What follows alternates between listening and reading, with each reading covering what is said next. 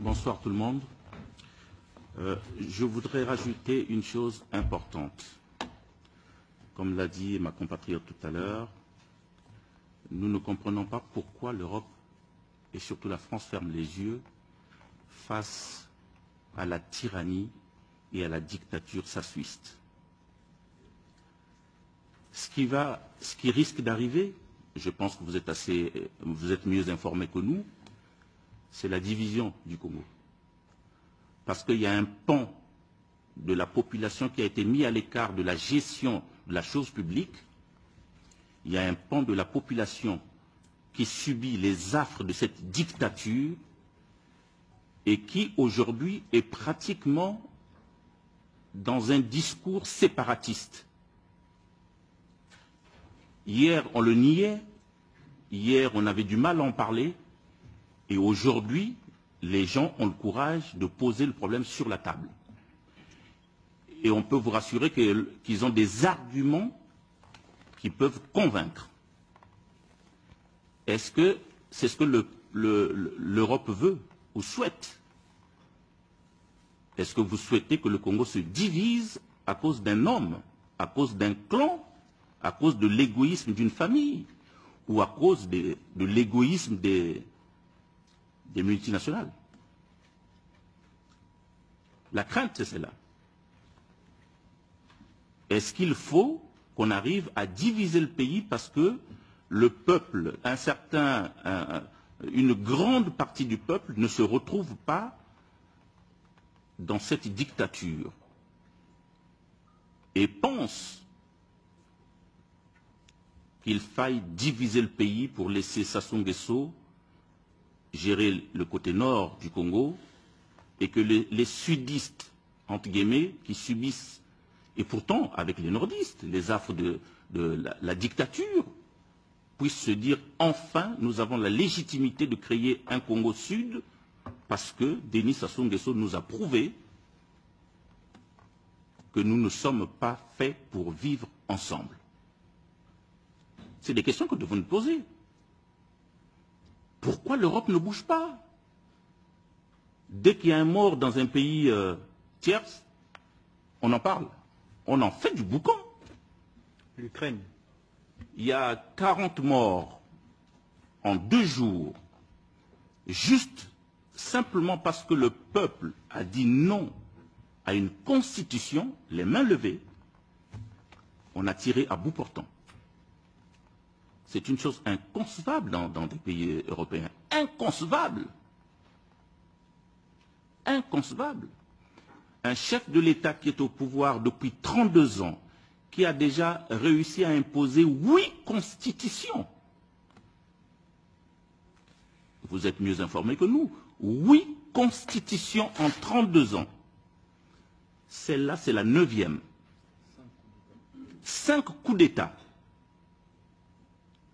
Mais enfin, pensez-vous que sur les 3 999 000 Congolais, il n'y a aucun qui peut garantir vos intérêts?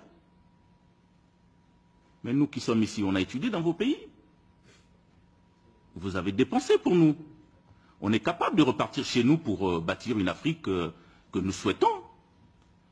L'Afrique qui pourrait jouer le jeu du gagnant-gagnant. Nous ne comprenons pas le laxisme des députés européens ou des dirigeants européens. Nous ne comprenons pas. Est-ce que les intérêts sont trop forts que la vie des populations? Pourquoi vous parlez de droits de l'homme alors finalement? Pourquoi vous parlez de droits de l'homme? Enfin, vous allez peut-être me dire que le droit de l'homme ne concerne que les Européens, pas les Africains. C'est incroyable. Moi, je pense qu'une Afrique stable garantirait la stabilité de l'Europe. Moi, aujourd'hui, diplômé, je ne me vois pas vivre en France si mon pays était libre, s'il était bien dirigé. Au lieu de faire la plonge dans un restaurant français, j'aurais préféré repartir chez moi pour être cadre dans une structure importante et faire évoluer mon pays. Sincèrement, nous vous demandons avec insistance pour une fois, de vous lever. Je pense que vous avez les mécanismes qu'il faut pour mettre M. Denis Sassou Nguesso hors d'état de nuire, sans violence. Vous avez utilisé la violence pour enlever le président Gbagbo au pouvoir. C'était sanglant d'ailleurs. Vous pouvez le faire pour Denis Sassou Nguesso, qui tire sur son peuple, qui pille son pays. C'est ça le plus dramatique. C'est que dans notre Congo, il y a un homme qui a réussi à diviser le pays. Il y a un homme qui a réussi à faire comprendre dans la tête de certains que le pays vous appartient, il n'appartient pas aux autres. Ce qui fait que dans l'administration, on ne retrouve que le clan Nguesso. Dans la gestion des matières premières, on ne retrouve que les membres du clan Nguesso. Dans le commandement militaire, si je ne me trompe, il y a, je crois, 32 ou 34 généraux. Sur les 32 ou les 34, il y en a au moins 29 de sa région. Ça devrait quand même interpeller les gens. Nous venons humblement vous dire que ça devient insoutenable, invivable de cautionner les attitudes ou les comportements de M. Nguesso.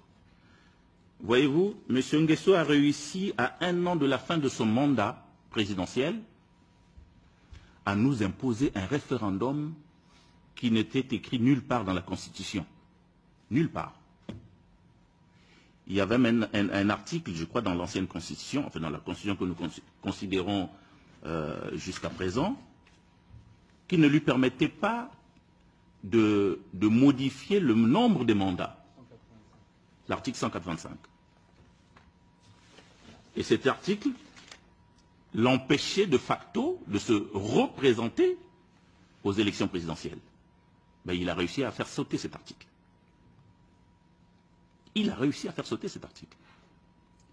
Et non seulement qu'il a réussi à faire sauter cet article, il a réussi à faire de sorte que, au cas où il y aurait un prochain président de la République, qui ne serait pas lui, que ce prochain président ne soit pas capable de le poursuivre en justice pour les crimes commis. C'est incroyable. C'est vraiment incroyable. Donc, dans la nouvelle constitution que M. Sassou a proposée aux Congolais, il est interdit. D'ailleurs, c'est considéré comme une parjure si on le traduit en justice. Crime de forfaiture.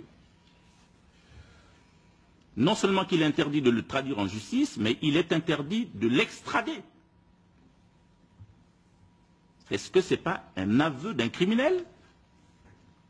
Sachant qu'en 1991, nous étions à 3000 morts politiques, je me souviens encore qu'il avait dit qu'il assumait. Il l'a dit publiquement. J'assume. Lorsqu'on assume, et qu'on vous accorde le pardon, le peuple vous accorde le pardon, logiquement, on devrait être le meilleur chef de l'État du monde. C'est-à-dire qu'on devait montrer l'exemple. Or, il a fait pire qu'en 91. Il est revenu par un coup d'État en enjambant 15 000 morts au bas mot, mais il a fait la razzia sur l'économie congolaise. Une razzia. Aucun pan de l'économie congolaise n'est géré par des citoyens honnêtes. Externe à son clan. Externe à son clan. Les fils, les neveux, les oncles, les cousins, les beaux-fils, on retrouve que la famille et le clan au poste clé du pays. Encore s'il travaillait honnêtement, qu'il faisait avancer le pays, on aurait dit, bon, c'est pas grave. Mais le pays a régressé de 30 ou 40 ans.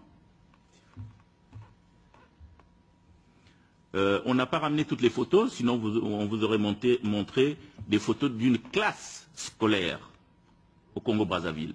Les élèves sont assis à même le sol, dans un pays producteur de bois et de pétrole. Une classe comptant plus de 200 ou 250 élèves. Vous le savez mieux que nous quand même. Il y a des ordinateurs. C'est incroyable. Par contre, dans le village du président, il y a des classes qui sont sophistiquées. Numériques. Avec des ordinateurs tout compris. Des classes de primaire. Tout à fait.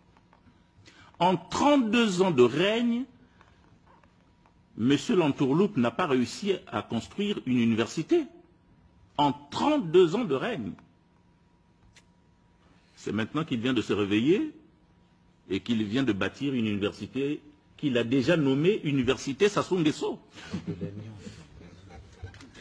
C'est incroyable.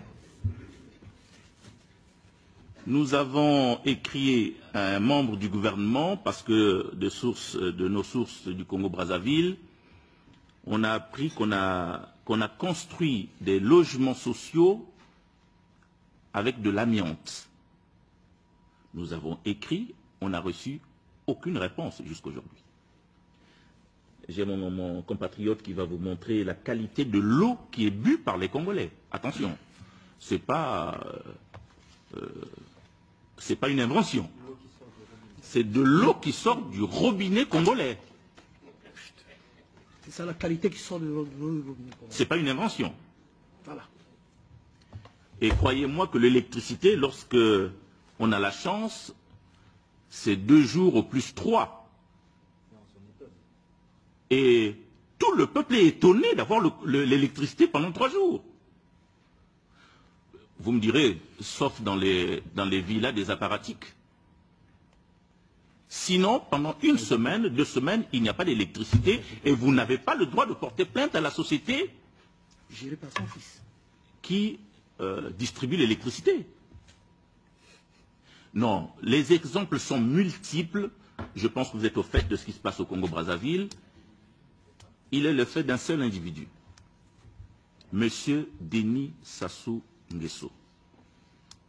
Nous comprenons que M. Denis Sassou Nguesso, étant le patron, donc le patron du pétrole congolais, il s'en est mis plein les poches, donc il a la possibilité de corrompre certains d'entre vous.